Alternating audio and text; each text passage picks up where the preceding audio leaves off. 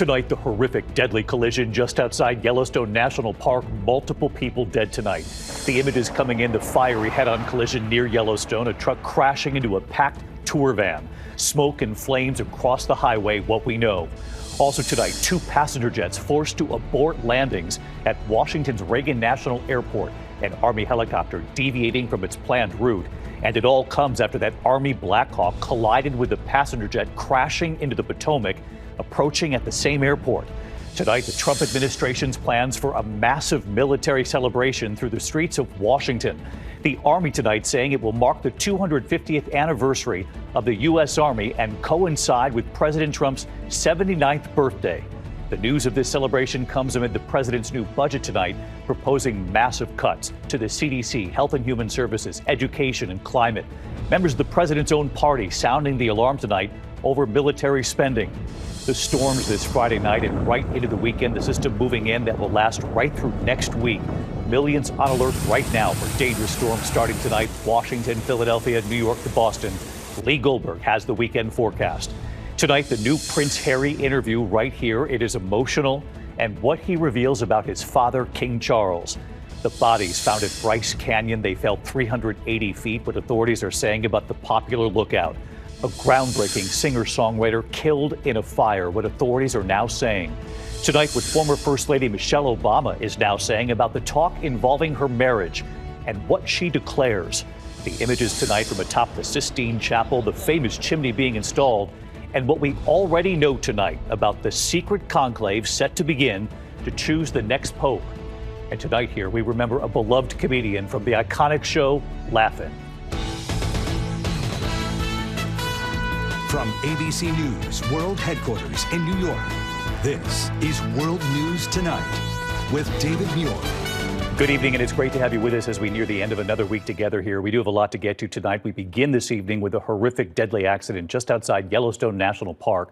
What appears to be a head-on collision between a truck and a packed tour van. At least 7 dead tonight. The images just coming in. The accident on Highway 20. You see the medical helicopter arriving there to take the injured to hospitals in the region as the smoke and flames rage below. 14 people were on that tour bus. At least 6 of them have died tonight. The other 8 injured. The driver of the truck did not survive. Tonight, the investigation is now underway into how this accident happened and so close to the entrance to that famous national park. ABC's Mola Lenghi leading us off tonight. Tonight, the deadly inferno on an Idaho highway. A Dodge Ram pickup colliding with a van filled with tourists. Both vehicles engulfed in flames.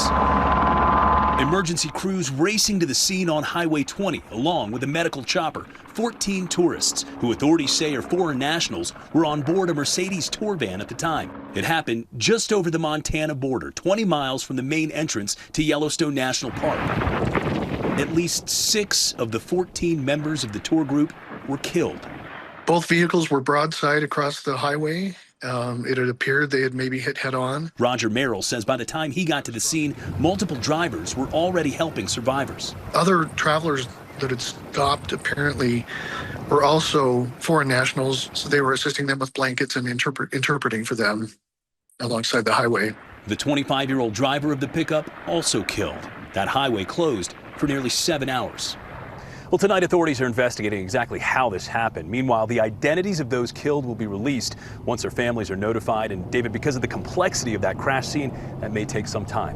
David? All right, Mola Lenghi leading us off here tonight. Mola, thank you. Tonight there are serious questions after 2 passenger jets were forced to abort landings at Washington, D.C.'s Reagan National Airport because an Army helicopter had deviated from its route.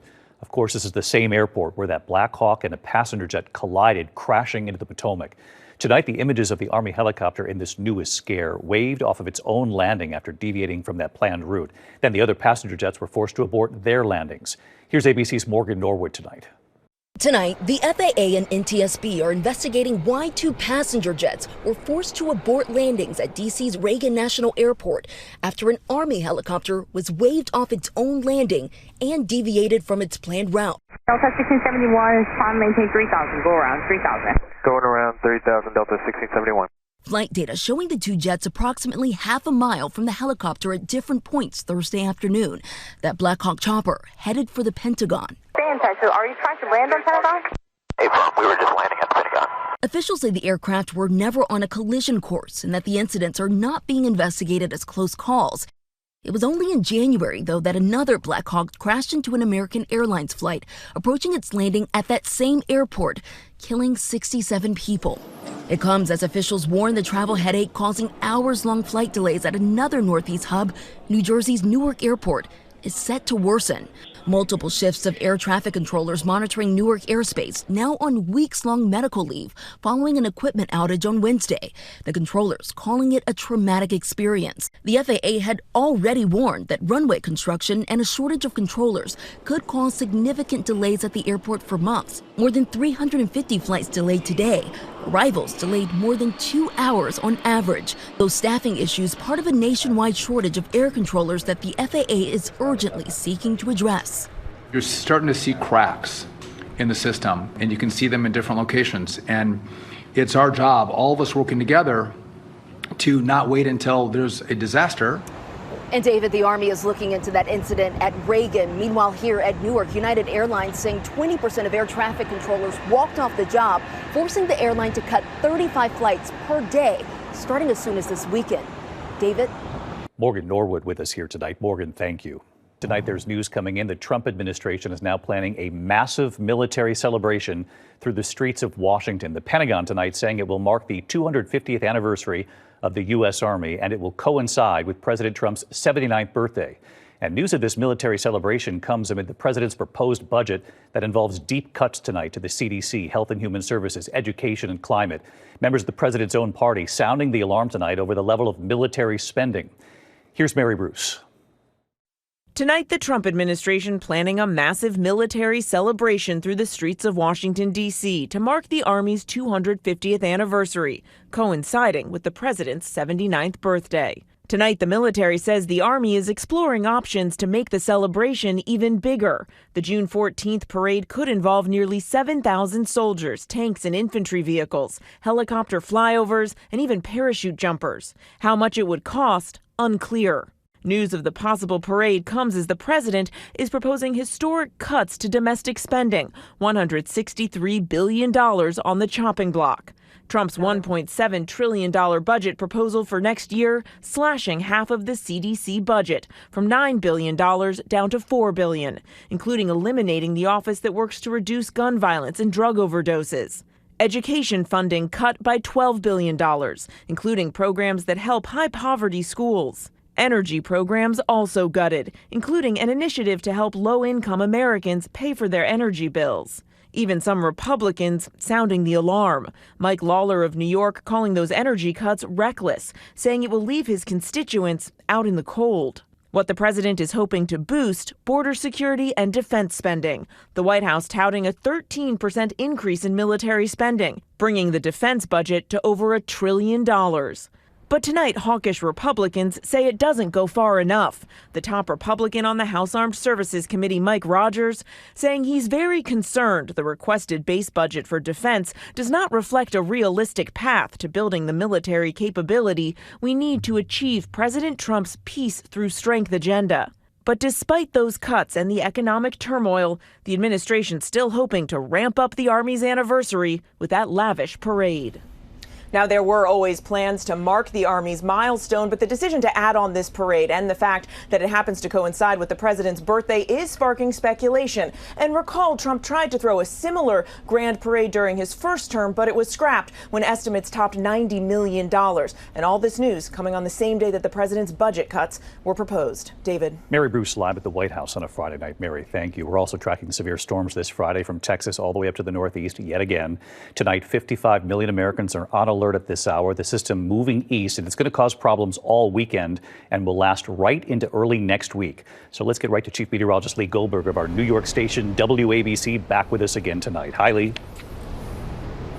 Hi, David. It's been day after day of this disruptive and in some cases dangerous weather from the deep south all the way to the Ohio Valley. Tonight, it's severe thunderstorm watches from Texas all the way to Pennsylvania. These storms in some cases could produce 70-mile-per-hour winds and some large hail. Now, there is a shift in the focus of these rains. It's headed toward the East Coast. So by later tomorrow and tomorrow evening, we're seeing strong storms in the Carolinas up to D.C., even into Baltimore, even here in New York City by evening. So it's D.C., New York, and Boston tomorrow night and into Sunday. And there'll be rounds of rain into early next week. Could help the drought, and some flooding is possible as well. We go back to the southern plains and the lower Mississippi Valley, a renewed threat for flooding and severe weather, unfortunately, on Monday and Tuesday of next week. David? We'll track it right into next week with you, Lee. Thank you. We turn next tonight to the new Prince Harry interview. It is emotional, and what he reveals about his father, King Charles, saying his father won't speak to him. Prince Harry had fought in court for security protection when he visits the UK. The interview coming out tonight, just hours after Harry lost that lawsuit, with a plea now to his father and the royal family. Here's our chief foreign correspondent, Ian Pannell now. Tonight, an emotional Prince Harry revealing he's ready to put the deep rift with the royal family behind him. In an interview from his home in California, the former working royal telling the BBC there's no point in continuing to fight. I would love reconciliation with my family. There's no point in continuing to fight anymore. As I said, life is precious. I don't know how much longer my father has, Harry saying the king, who's battling cancer, won't even speak to him because of his legal battle to restore full police protection when he visits the UK. Harry devastated at losing his legal appeal today, claiming his father could easily change it. I thought with all the disagreements and all of the chaos that's happening, the one thing that I could rely on is my family keeping me safe. And not only did they decide to remove my security in the UK, but they also signalled to every single government around the world not to protect us. Harry, who's fifth in line to the throne, hasn't brought Prince Archie and Princess Lilibet, King Charles' grandchildren, to the UK since 2022. His security downgraded in 2020 when he and his wife Meghan stepped down from their official roles and left the country. David, Harry says there are ongoing threats to him and the royal family from extremists, including Al-Qaeda, and without full police protection, it isn't safe for him to come back to the UK with his family. David? Ian Pannell with us tonight. Ian, thank you. We have learned tonight that comedian Ruth Buzzi has died after a long battle with Alzheimer's. Best known for her work on the classic sketch show Laugh-In, she appeared in every episode. Former castmate Goldie Hawn tonight calling her a one-of-a-kind soul. Here's Whit Johnson. Her sharp wit and physical comedy made Americans laugh during her decades-long career. Ruth Buzzi was best known for her run in the sketch comedy series Rowan and Martin's Laugh-In, which aired in the late 60s and early 70s, earning her 2 Emmy nominations and a Golden Globe. Buzzi appearing on several celebrity roasts hosted by Dean Martin as her iconic character Gladys Ormphby, sparring with Muhammad Ali. And we'll have it all men to men! Tonight, Buzzi's family sharing in a statement on social media, the beloved actress died peacefully in her sleep at her home in Texas, adding that she had been in hospice care for several years with Alzheimer's disease. And tonight, Ruth Buzzi in her own words. If I make myself laugh, I know that was funny.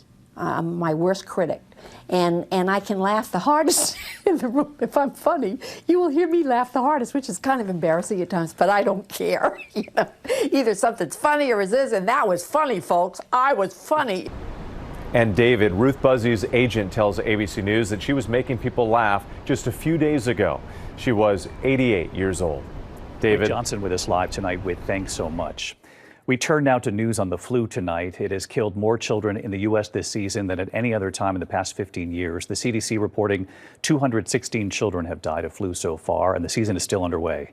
That's the most since the swine flu pandemic in 2009. Flu vaccination rates in children have fallen to just 49% from 62% 5 years ago. The reassuring news tonight is that the flu activity in this country is now slowing down. We turn to the U.S. economy tonight. Stocks surging on a stronger than expected jobs report today. Employers adding 177,000 new jobs in April. The unemployment rate unchanged at 4.2%.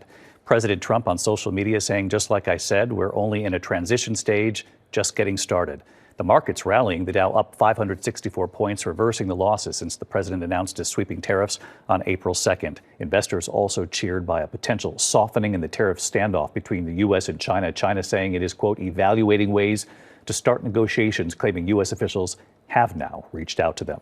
When we come back on this Friday night, the bodies found at Bryce Canyon falling 380 feet, what authorities are saying about the popular lookout, a groundbreaking singer-songwriter killed in a house fire, and what we've learned. And tonight, what former First Lady Michelle Obama is now saying about all of the talk involving her marriage and what she's declared tonight. Tonight, authorities are investigating the deaths of 2 visitors at Utah's Bryce Canyon National Park. Authorities say tourists spotted the bodies of a man and woman at the bottom of Inspiration Point, a popular lookout spot. The 2 falling 380 feet. Authorities say slippery conditions may have led to their fall. Tonight, police making a second arrest in the massive wildfire in Ocean County, New Jersey. Authorities say the 17-year-old suspect faces multiple charges, including arson. Prosecutors say the 2 suspects set wooden pallets on fire before leaving the area nearly 2 weeks ago. The fire still burning, destroying more than 15,000 acres. Overseas tonight, actor and comedian Russell Brand making his first court appearance since being charged with rape and sexual assault in London. Brand pushing his way through a mob of photographers outside the courthouse. 4 women accusing him in separate alleged attacks between 1999 and 2005. The judge releasing him on conditional bail. Brand denies the allegations. When we come back on this Friday night, Michelle Obama, what the former First Lady is now saying about all of this talk involving her marriage and what she declares tonight. And a groundbreaking singer-songwriter has been killed in a house fire, and what authorities are now saying about it.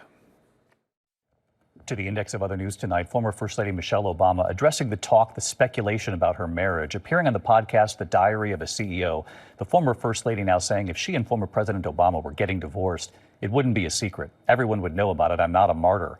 She says, when I met Barack Obama, he showed up in my life as the opposite of a box checker, but somebody that I described in my book as the ultimate swerver. He did nothing by the book. He was brilliant and interesting. Groundbreaking singer-songwriter Jill Sobule was killed in a house fire in Woodbury, Minnesota. She recorded a dozen albums over 3 decades, making history with her best-known song, I Kissed a Girl. I kissed a girl. It was the first openly gay themed song to become a Billboard Top 20 hit. Her manager says she was staying with friends when the fire broke out. The cause is under investigation. She was scheduled to perform in Denver tonight. Jill Sobule was just 66 years old. Tonight, the end of a remarkable era in the NBA. San Antonio Spurs head coach Gregg Popovich stepping down. He will now become the team's president of operations. He's won more games than any coach in the league history. He has not coached a game since suffering a stroke in November. He says he still has a love and passion for the game. No one questions that. When we come back tonight, the images coming in tonight from atop the Sistine Chapel. You want to see this, the famous chimney being installed, and what we already know tonight about the secret conclave set to begin. We'll go live to the Vatican right after the break. Finally tonight here, the new images from atop the Sistine Chapel at the Vatican, the famous chimney now being installed, and what we already know tonight about the secret conclave set to begin next week to choose the next pope. Maggie Rulli tonight at the Vatican. Tonight, the striking new images on top of the Sistine Chapel. Vatican firefighters on the roof installing a chimney. More than 1 billion Catholics will watch for white smoke, signaling a new pope has been chosen by the cardinals inside.